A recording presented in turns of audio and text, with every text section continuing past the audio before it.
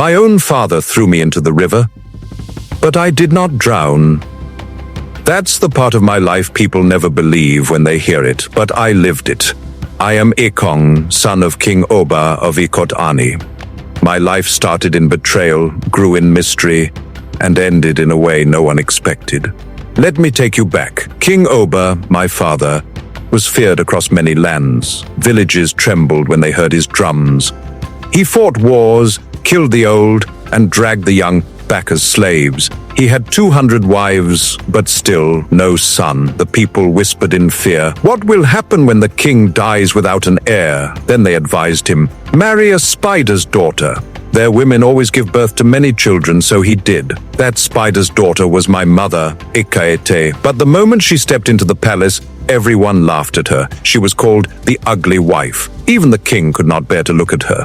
But what they didn't know was that her ugliness was only a skin. At night, she removed it. Underneath was beauty no words could describe. Only at dawn would she wear the ugly skin again. The head wife, queen of the palace, discovered this secret. Fear gripped her. If the king ever sees Akaite's real face, she will become his favorite, and I will lose my place.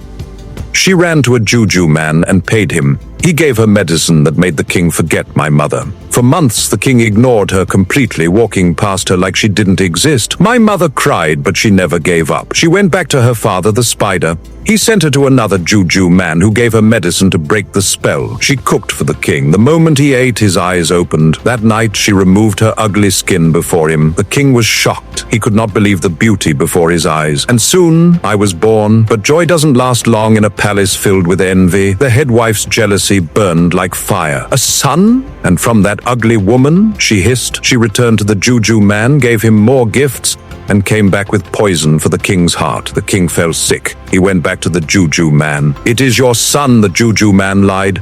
"The boy wants to take your throne. If you want to live, throw him into the river." My father struggled. For days he said nothing, but his chiefs and the head wife pressed him. Better to lose one child than a whole kingdom. And so one morning, he carried me in his arms. I remember his face, cold, sad, and afraid. Without a word, he hurled me into the river. My mother's scream still echoes in my ears, but I did not drown.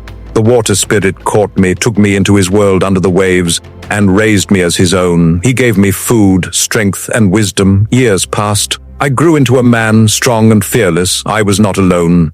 My mother had later birthed a daughter, and the jealous wife tricked my father into throwing her into the river too.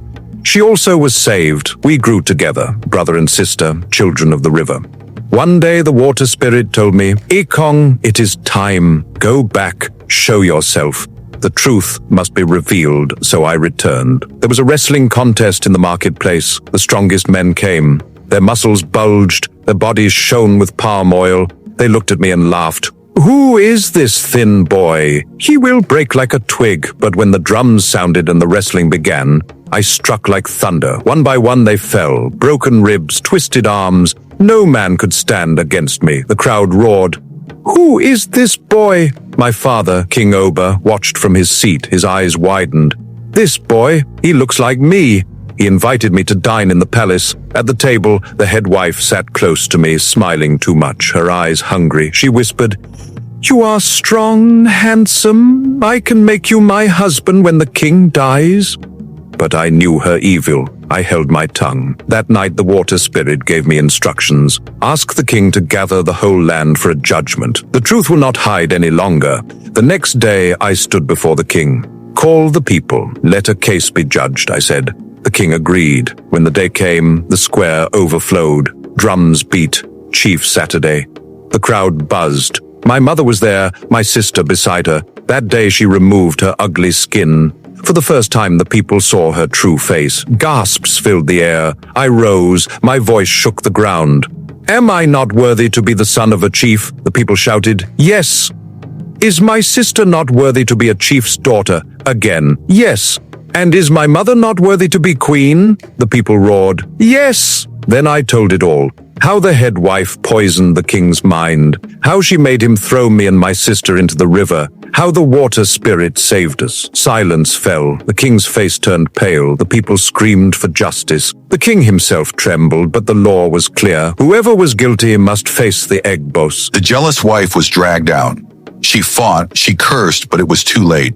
The Egbos whipped her with hippopotamus hide until her flesh tore. Then they tied her to a stake and burned her, so her ashes would never trouble the living again.